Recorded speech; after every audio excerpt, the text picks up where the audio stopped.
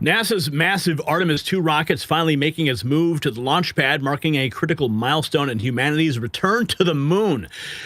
This 11 million pound beast is going to carry 4 astronauts further from Earth than any humans ever traveled in over 50 years. But here's what they're not telling you about this historic rollout. See, this is not just another space mission. It's your ticket to a new era of human exploration. When Artemis II launches in 2026, it proves that ambitious goals can still be achieved, inspiring a generation that's grown up watching nothing but failure and disappointment. Your tax dollars are funding this $93 billion program while inflation crushes your budget and infrastructure crumbles around you politically. Now, this mission determines whether America maintains its space dominance or watches China plant their flag on lunar soil. First success here means jobs, technology, breakthroughs, national pride. Failure means wasted decades and global embarrassment while our enemies surge ahead. And of course, our enemies, they're the ones who have Trump derangement syndrome. They're the ones who are going to be putting their heads down. Oh, Trump won again, right? Rather than go America. That's the problem. Okay, so listen, speaking of protecting your future, let me tell you about today's sponsor real quick, because if you're over 40 and planning to retire someday, the window to protect what you have built may be smaller than you realize. Here's a question most people never ask. Is your portfolio built for what's coming next? Many investors in their 40s and 50s discover they have little to no exposure to precious metals. That means their savings are largely tied to market policies and paper assets with very little protection if conditions change. As retirement moves from someday to on the horizon, protecting what you've already built becomes just as important as growing it. And that's where Noble Gold Investments comes in, helping investors reduce risk by adding physical gold to their portfolio. Right now might be a smart time to talk with Noble Gold Investments. No pressure, no sales gimmicks, just clear answers and a strategy built around your goals. Visit nextnewsgold.com and build your portfolio for the long term at nextnewsgold.com. And that number is on the screen. Now back to this historic moon mission that's capturing the world's attention. Here's a twist that nobody's talking about. This rollout to Pad 39B is happening on the exact same launch complex that sent Apollo astronauts to the moon. The symbolism is intentional, but the pressure is enormous. One mechanical failure during this 4-mile, 12-hour journey could delay the mission for months. In those launch windows in February through April 26th, they are not flexible. Miss them, and you are looking at significant delays. So NASA says it could be weeks away from launching astronauts on a flight around the moon for the first time in more than half of a century. Only around the moon? Come on, let's land on the moon. His final preparations are underway at Kennedy Space Center in Florida. CBS News' Mark Strassman got an up-close look at the Artemis II. The countdown to a new lunar mission. NASA says it could be just weeks away from launching astronauts on a flight around the moon for the first time in more than half a century. Final preparations are underway at Kennedy Space Center in Florida, where the Artemis II moon rocket is expected to roll out to the launch pad tomorrow. Mark Strassman is there. Mark, good morning.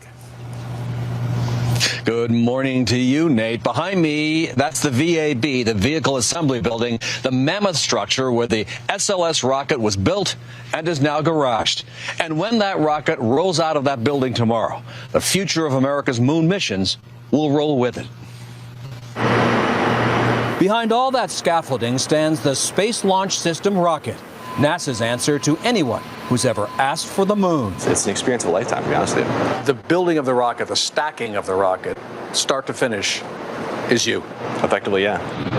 We met Matt Check, the Senior Vehicle Operations Manager here. Inside the Vehicle Assembly Building, his team has built NASA's most powerful deep space rocket ever. From its base to the Orion capsule on top, it's as tall as a 33-story building. Wow.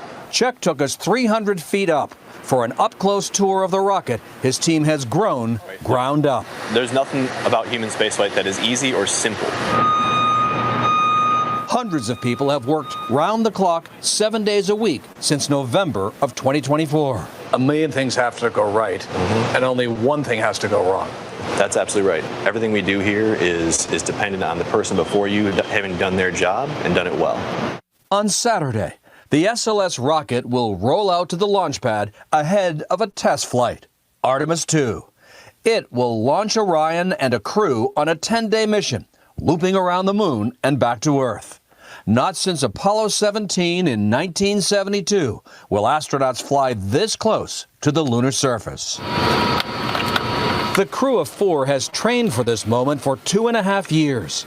Pilot Victor Glover, mission specialists Christina Cook and Canadian Jeremy Hansen, and Commander Reed Wiseman. We are human operators on scene as we head out to the moon, 250,000 miles from Earth, and we are really there to take care of the spacecraft, to work with Mission Control in Houston and get this mission accomplished. And to tee it up for Artemis III. That's what we talk about every day. Artemis III will be a moon landing, NASA hopes, by 2028. The Chinese intend to land on the moon before 2030. And Artemis II is a critical milestone in America's second space race. Does the capsule bring home the responsibility of making sure everything goes perfectly? It really does. There's a special responsibility that comes with that. Each one of us has met the 4 crew members, and it's our responsibility when we launch them to make sure they come back. We live in Houston. Once this rocket gets to the launch pad, NASA will begin a series of critical tests, and how well those tests go will help determine when this mission should launch. Adriana, the first launch window opens on February 6th. And we'll know you'll be there, Mark. Thank you so much. Looks like we are going to the moon, and I'm excited for that. CBS report sets the massive historical context. 50 years. Moon rocket from NASA. We're targeting earlier than 7 a.m. Saturday, January 17th to begin the rocket's journey. NASA's official announcement gives us into the next one, 11 million pounds, 4 miles, 12 hours. These are what numbers look like for transporting a stacked moon rocket from the vehicle assembly. The staggering numbers show the engineering feat. 11 million pounds. Artemis II on the way to the pad. Reminds me of the days we used to see the space shuttle doing the very same thing. Just like, oh man, this is so, almost looks like the space shuttle. Look at that. Booster rockets too. Wow. This takes me back. This is awesome. And now the broader media coverage, NASA rolling its launch system rocket towards the launch pad, kicking off the final phase. It marks a major milestone ahead of NASA's Artemis II, the first crewed lunar missile mission in more than half a century. Artemis II will carry 4 astronauts, 3 Americans, 1 Canadian, on a 10-day flight around the moon, taking them further into space than any humans before. The mission is currently scheduled to launch as early as February 6th. What'd she say? It's scheduled to launch as early as February 6th. February 6th. Now the human element. 1 Canadian and 3 American astronauts preparing for Artemis II. International crew as human interest transition to the astronauts and what they're saying about it. Let's see. Jeremy Hansen talks about the risks of the mission. A lot of time figuring out what are we going to do if we lose communication with Earth, which is a very real possibility. Probably won't happen, but it's plausible that we can't talk to Earth and we're having trouble with the spacecraft. How are we going? What are the bare basics to give us a fighting chance to still be breathing and to hit somewhere on the planet and ideally hit the Pacific Ocean? Obviously, I've had that conversation with my wife and my children. Still a little bit more work to do there. What I want most is for them to know when I launch, because that will be a very acute, stressful moment, that they're going to be okay. If we have a loss of crew on the mission, that, it'll be tough. And they'll go through a process and mourning, but we're going to set it up so that they're going to be okay. Wow. Now, the emotional moment. They're conducting the Access Arms swing tests on a Launch Complex 3B. One of the first things that happens after we get to the pad, we get connected, is we'll do some crew access arm swings. That is about a day or so after we get there. Of course, the first part after we get to the pad is just getting all the connections, all the validations, getting tied back to the firing room, getting ready to power up the individual elements. And so that is something that, you know, you never want to say that's something that is routine, because you can have hardware that fails at any time. But I would say that's something that we did a number of times through Artemis I. There are not substantial changes to that. We will get into our crew module work. There is some unique work that we did not have to do during Artemis I because we didn't have all of the crew systems. We have late stow, we have other things that we have to do. We're going to power everything up, all the elements. We'll get into pad PSET. Mostly RF testing there. We've tested all these systems in the vehicle assembly building, but it's not in the RF environment of the pad. And so we'll go through and we'll do all of that checkout. We load the boosters. Again, there's some weather dependencies there, so we'll certainly keep an eye on the weather. Luckily, we're not trying to do it in the summertime when you have lots of thunderstorms, so makes it a little bit easier this time of year. There's nothing in particular through the whole pad flow that I would look at and say, you know, this is the thing that is the driver to wet dress, right? All of the work has to get done. We have incrementally tested all of this offline or in the integrated environment of the VAB. And now it's just getting out to the pad and testing those pad interfaces, that launch pad environment with the RF. I mean, wet dress is the big test at the pad. That's the one to keep an eye on. I guess if you're watching one and you say which one is the driver, that's the driver to launch. So that's the one to watch until we get to launch day. Is that it? Okay. The wet dress rehearsal, NASA launching the window. Following the rehearsal, they'll convene the flight readiness review. Artemis II is a 10-day flight test of the SLS and the Orion. Not only will this mission return NASA astronauts to the lunar environment, we're sending them farther into space than we've ever sent humans before.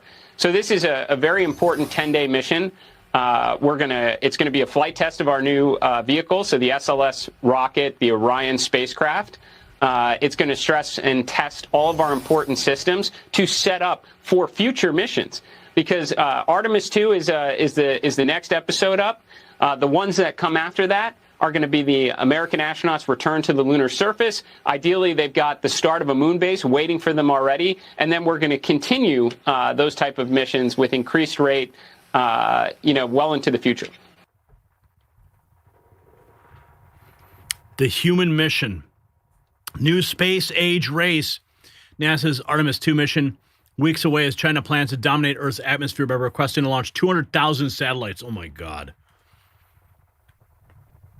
This next mission, known as Artemis II, is going to do a circumnavigation. So it's going to go out much farther than humans have been in many, many years, much farther than what the International Space Station is. And this is similar to what was done in the Apollo program, where we do with the rundown to make sure that all of the systems are working and that we can successfully head out and then come back. China is very clear, and we should not be sleeping on China's space ambitions. To put it bluntly, they have an aggressive plan to use space not just as a demonstration of national power or for exploration, but to use the strategic landscape of space to the advantage of the Chinese country. And frankly, we should be aware and not miss the fact that they have plans not only for use of low Earth orbit, but also not just to go to the moon, but to have regular, permanent presence on the moon. Are you ready for that? A permanent presence on the moon? I've been waiting for moon bases my whole life. So, listen, we got the crew access arm test happening. They're not just technical checks, they're the final verification that human lives can be safely delivered to the rocket. When launch director Charlie Blackwell Thompson gives the green light, she's betting everything on decades of engineering and billions of dollars of hardware. The Artemis II rollout represents more than rocket science. It's proof that America can still achieve the impossible when we commit to greatness. This mission will either cement our place as the leading spacefaring nation or expose the limits of our current capabilities. The crew access arm swings, the wet dress rehearsal, every technical milestone between now and launch day determines whether we witness history or heartbreak. You can believe that NASA can pull off do you believe NASA can pull off humanity's return to deep space without a catastrophic failure? And while you're thinking about that, check out the Next News merch shop for gear that celebrates human achievement and American ingenuity. The system controls information. Information control is power. They don't want you to see this. The truth only survives together. They don't want this shared. Share this now.